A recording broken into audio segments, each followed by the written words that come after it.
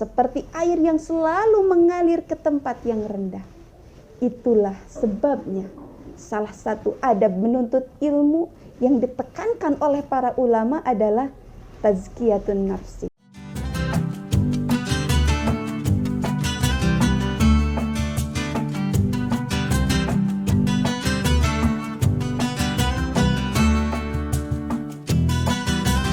Ini akan datang kepada seorang yang rendah hati.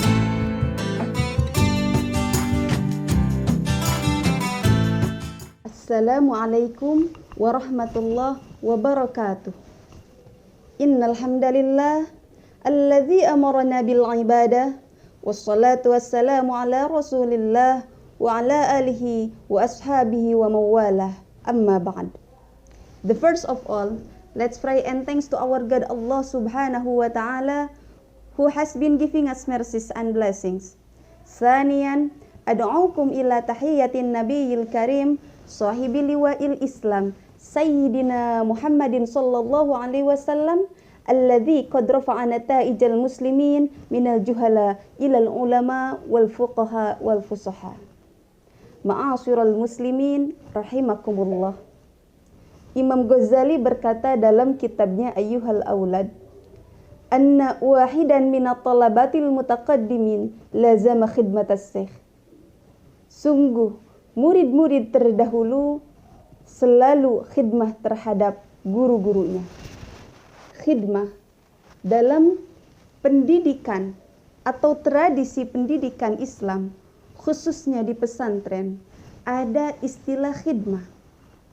Bentuknya macam-macam. Ada murid yang memasak untuk gurunya, ada yang menimba air, ada yang mengambilkan sandal gurunya, atau mengambilkan air untuk gurunya berwudu. Yang terakhir ini pernah dialami oleh putra daripada Khalifah Harun ar-Rasyid. Suatu hari, Khalifah ingin melihat putranya yang belajar kepada gurunya. Ternyata ketika itu sang guru sedang berwudu dan putra Khalifah sedang menuangkan air untuk gurunya.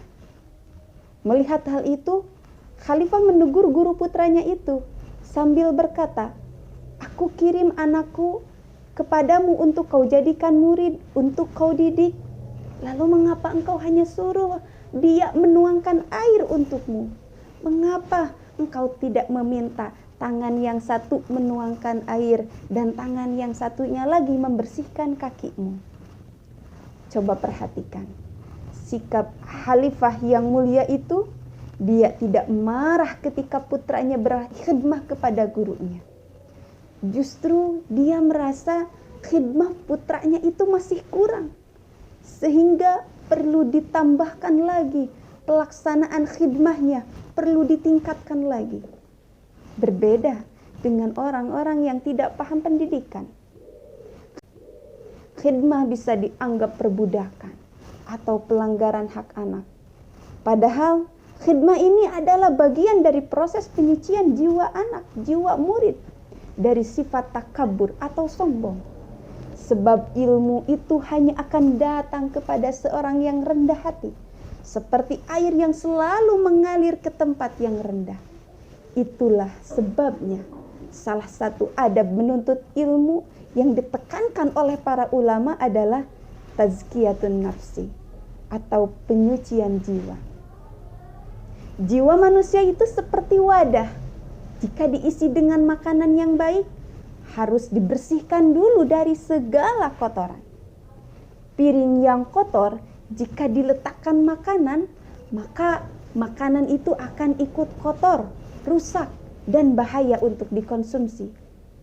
Begitu juga jiwa manusia yang menjadi tempat datangnya ilmu. Jiwa yang masih dipenuhi dengan sifat-sifat tercela seperti riya, hasad, takabur akan berbahaya jika diisi dengan ilmu. Oleh karena itu, sebelum ilmu masuk ke dalam jiwa, siapkan dulu jiwa itu dalam keadaan bersih, agar ilmu yang hadir adalah ilmu yang bermanfaat, bukan ilmu yang membuat celaka. Ilmu yang bermanfaat ini bisa juga disebut hikmah. Itu adalah hadiah yang besar dari Allah Subhanahu wa ta'ala. Luqman Al-Hakim adalah seorang penerima hikmah yang Allah ceritakan di dalam Al-Quran. Tapi hikmah bukan hanya milik Luqman seorang. Dalam firman Allah Subhanahu wa ta'ala menegaskan, Allah menganugerahkan hikmah kepada siapa yang Dia kehendak. Barang siapa yang dianugerahi hikmah, sungguh dia telah diberikan kebaikan yang banyak. Hanya orang-orang yang berakal lah yang bisa mengambil pelajaran. Quran Surat Al-Baqarah ayat 269. Jika dulu kehendak Allah Subhanahu wa ta'ala itu jatuh kepada Luqman, mudah-mudahan kini giliran kita, anak-anak kita yang menerima hikmah. Maka berkhidmah dulu, beroleh hikmah kemudian, insya Allah. Ulama berkata, man khadama khudima. Barang siapa yang melayani, kelak ia akan dilayani. Kesimpulan dari yang saya sampaikan, jika kita ingin mendapatkan ilmunya para ulama, ilmunya syekh, guru-guru kita, maka berkhidmat kepada mereka. Sekian dari saya, semoga ada manfaatnya, khususnya untuk saya pribadi, umumnya untuk semuanya. Wallahul muwaffiq ila aqwamit thoriq. Wassalamualaikum warahmatullahi wabarakatuh.